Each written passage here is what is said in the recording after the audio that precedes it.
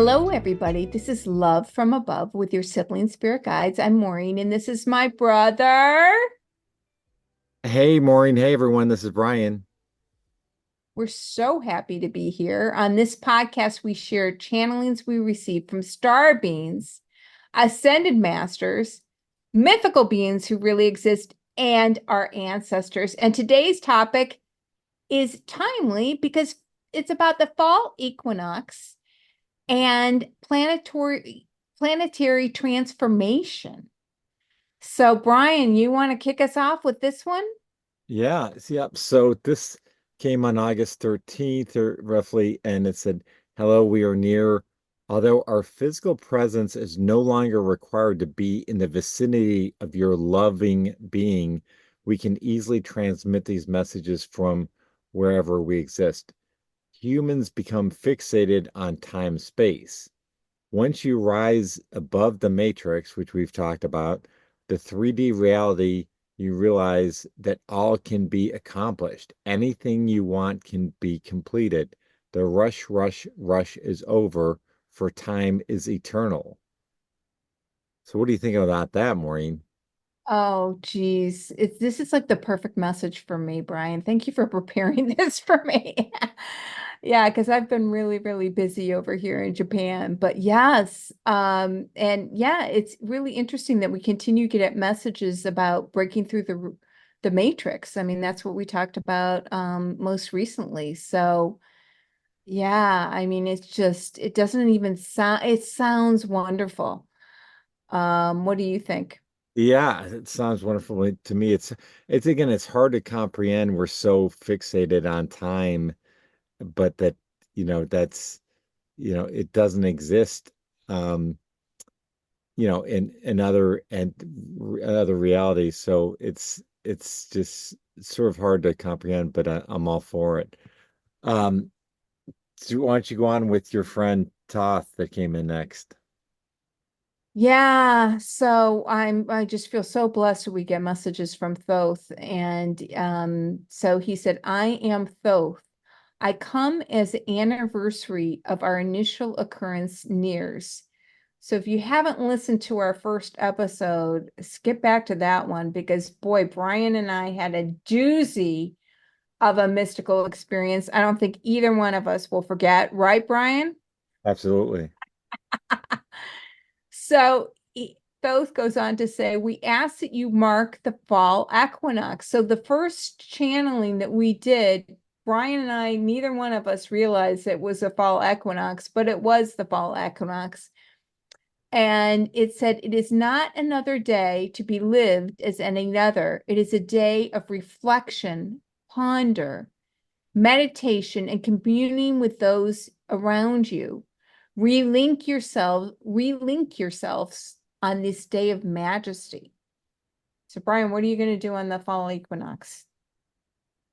Yeah, well, I'd have to try and carve out some time for reflection, ponder, meditation, because you'll be like you traveling at that day, but I'm sure it'll all work out.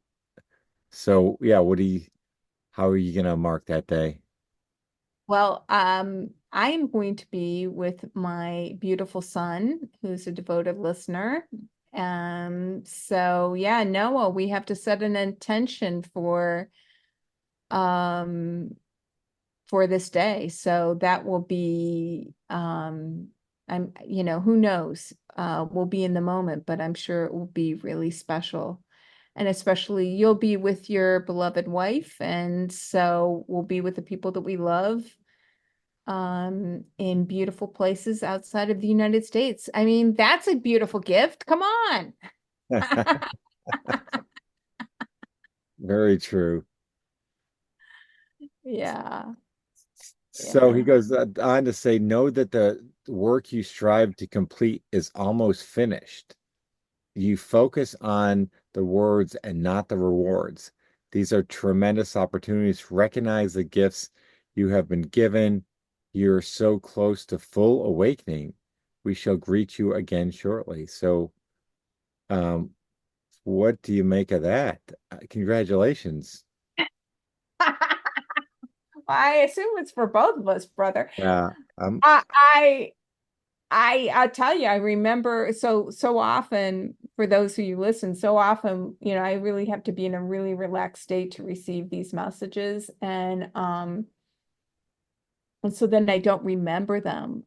It's just like trying to remember a dream. They're just like vague memories. But I remember channeling that and I'm like, whoa.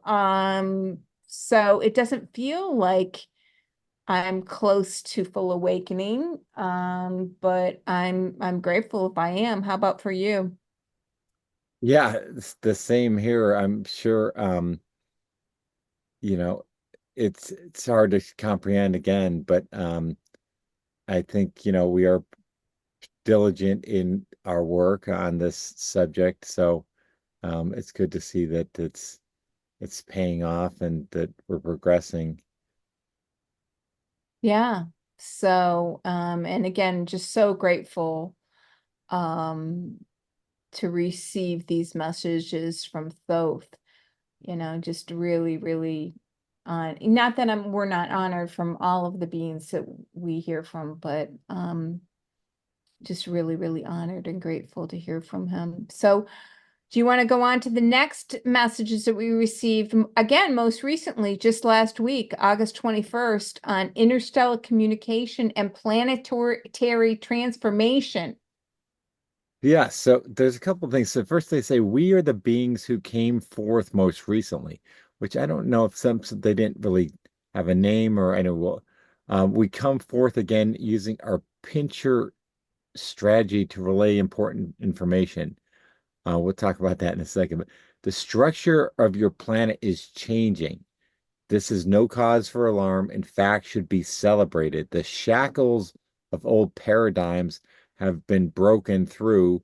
It says if you scoop through the top of your beloved cafe au laits to get to the nutrients of the caffeine beverage you prefer. This may not be the best analogy, but we believe you have grasped our message. So, um, we've got a bunch of messages like this, but like it's interesting. Like we talked about, yeah, the dark is left, and how there's the old paradigms are we're in this big shift phase. Um, so it's exciting. I just let's stop and I want to get your thoughts on this first bullet point. Yeah, I mean, I agree with you. We've gotten a lot of messages that the world is changing. It's hard for me to ascertain because my world is always always changing. I've got one more week of Japan and then I'm off to China. So, it's like I don't have and we all often get these messages that, watching the news is really detrimental to your health. So, I really don't have any idea of what's going on in the greater world. Are you more connected with that than I am? Are you able to see that there's bigger changes going on? I mean, and not it's again, I don't think this is something that the mainstream media would cover anyway, because we know that that's not a good, right source of information. But so I'm not exactly sure, but I know yeah, there's just all sorts of changes in process. It's exciting. But speaking of that, so then I want to they go on to say, soon your skies for those who are observant, the deities of old shall be seen traversing through the heavens as the shackles become unbolted. Previous guards that kept humans locked into the matrix are being dismantled. Look up, look around, and you shall gaze upon wonders that have not been seen in your lands for centuries. Um, so that is very exciting. What, what do you make of that? Well, Deity, yeah, what I can talk about this like all day long because as you know, I've studied almost all I yeah, I think I've studied all of the major religious texts and when you study all of those, you can see the similarities, which is something I'm always interested in. That's part of my motivation for traveling the world too. And these stories whether it's in Hindu mythology or Greek mythology, they talk about the gods being, you know, traveling around, and those were the days when the Anunkai, you know, walked on the planet, when the Nephilim were here on the planet. And we've also got messages about this recently too, about how like we're considered the beings kind of like in Middle Earth, and that there's beings who are live below us, and there's beings who live above us. But as we all come together, like there's going to be more of a melding between this. So yes, we're going to be able to see the so-called gods in the sky, and you know, hopefully those who live below us as well. So yeah, this is all documented. And people read those old books and they just think they're old stories, but just like reading about angels in the Bible, angels are real. Yeah. And so were the gods and the goddesses. And so, yeah, I think this is really exciting. And you and I have been seeing some strange things. I just sent you pictures last week. Of so yeah, if you're observant, there is stuff to see. Yeah, yeah, definitely, definitely. Well, that's something to look forward to even more, though. I know we've seen a lot of stuff with cloud structures, but this is the deities. I'm really interested to see what this looks like and how it's going to be presented, or just Well, I'll interesting. tell you what those deities look like. And you were just recently last weekend in the Metropolitan Museum of New York, and there's a statue in there in the Greek gods section.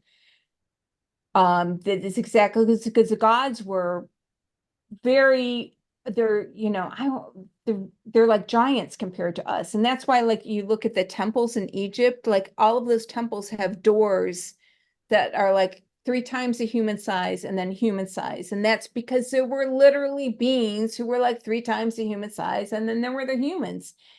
And so, yeah, I mean, they're physically beautiful. Like they don't have any imperfections.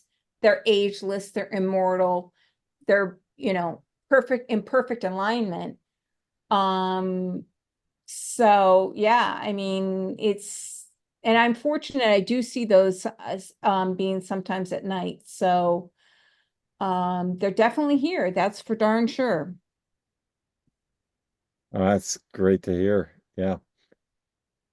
All right. And then so the last topic was our friend Thoth again, guidance on self-knowledge, unique paths, and Earth's transition. So it says, "It is I, Thoth, who come forth now. We wish to assist in this transition. Humans should take delight in their unique traits, for none is similar to the other. Humans look for similarities to share their experiences, but each path must be traveled in its own unique way. That's why advice counseling never can never truly work. What has benefit another may not be the correct choice for the one receiving counsel." Um, so it one other thing it says, then the wise person lives by showing a light as an example to others, showing their unique talents and skills, those that you prize in your popular culture, expand their unique capacities so that you accept them as normal, though it may not be. At first, they may have appeared strange. We come forth now as the timing approaches when new beings shall assist in raising the earth's vibratory status. These beings are welcomed additions as the call to assist Earth's transition continues to be repeated. All are welcome. So there's a lot there. um, what are your thoughts on all of that? I mean, I just love it. I just love that. That each of us have our own path, that, you know, even if there's someone you admire or look up to, that, you know, it's not you know, you have your own path, and it may not be the same path as somebody else.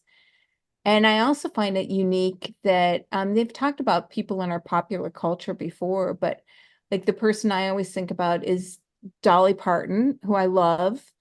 And I just recently read Dolly Parton's autobiography this year. And you forget, like when Dolly came out, like she was really considered like, out there for her wigs and makeup and, her figure. And now we're just so used to that. But it was really strange. It was really out there. And you could say that with so many artists. And now we accept that that's just the way they are. And just as, you know, everyone who will accept you the exact way that you are, you don't have to conform to fit in. Yeah, and I'm sure, uh, yeah, this is exactly that. There's so many people that it's just being authentic to yourself and that as your unique talents and skills will be accepted as normal. So that's a beautiful thing, I think, to hear, so that we don't all have to be, the same, do the same exact things and be interested in the same exact things. So it's great to hear from my perspective too. Well, for me, for the longest time, you didn't even know about my psychic abilities, and I just kept that as a secret. I just thought that that was something really weird and strange, and I shouldn't tell anybody. And then in my I was literally 50 when I started telling people. And I literally thought people would be, not want to be my friends. They would think I was strange. And it was quite the opposite. Like so many people would be like, oh my gosh, can I tell you about this, strange mystical experience that I had? Or it was like an opening point for others to communicate with me, a bonding experience, as opposed to like the shunning that I expected to receive. And honestly, like not living my authentic self, like it just it was smothering, it was killing me in some respects. So yeah, I mean, I had to be on that path for a long time, but I'm grateful to be my authentic self now. As everyone should be. Yeah, exactly. So I think there's more and more just, openness to just accepting people for who they are and not um, having everyone try and be the same, fit in the same type of stereotype. So, um, and then we've heard a lot of things about this, that like the first responsibility is the self, gaining self-knowledge, growing in love and awareness, and then only once the great person is fully saturated in the love and the light of the one creator can that great person go on to revel and reveal the secrets which they have uncovered. In this way, they are signposts for others to follow on their own unique path. Take glory in and revel in the present tasks that you have at hand, for they shall be the last for a great long while. Um, so, first of all, I mean, we do hear this message. It's not being selfish. Like the first responsibility is to take care of yourself and work on yourself, and whether it's, you know, the self-knowledge and awareness and love. Um, and only when you do that can you start to help other people. But what do you make of they should be the last for a long while, the last take glory and revel in the present task you have at hand. They shall be the last for a great long while. I didn't know what to make of that. I don't know either, but I'm grateful. Thoth, when he shows up, which he will kind of laugh with me because he's given us like super big tasks, like, oh, now's the time for you to write a book. So when he does show up, like I was like, oh, what are you Yeah. gonna tell me now, Thoth? And and so then he'd be like, I don't have any homework for you now. But yeah, so I mean I really don't know, but I mean look at how much has happened in a year. In a year since it started, Brian. We're working on our first volume of our book. We have a podcast. I mean, neither one of these things would we believe was possible a year ago, and yet here we are. So, Yeah. uh, Who knows the future has for us. But yeah, yeah, a year ago I would never thought that we're doing this, but here we are. So you never know. yeah, yeah. So I guess we should close with how he Thoth ended that message, and he said, "We ask that this message be shared with the brother and the sister and all those who seek the light of the one. That is all." So I don't know, all those of you listening, hopefully you find some peace, some knowledge from what we share. Any final thoughts, Brian? No, yeah, and again, send us any questions or comments to lovefromabovepodcast@gmail.com, or there you can actually click on from the podcast to send a text as well, whichever is easier. And yeah, any comments would be appreciated. Then have a great day, everyone. Thanks so much.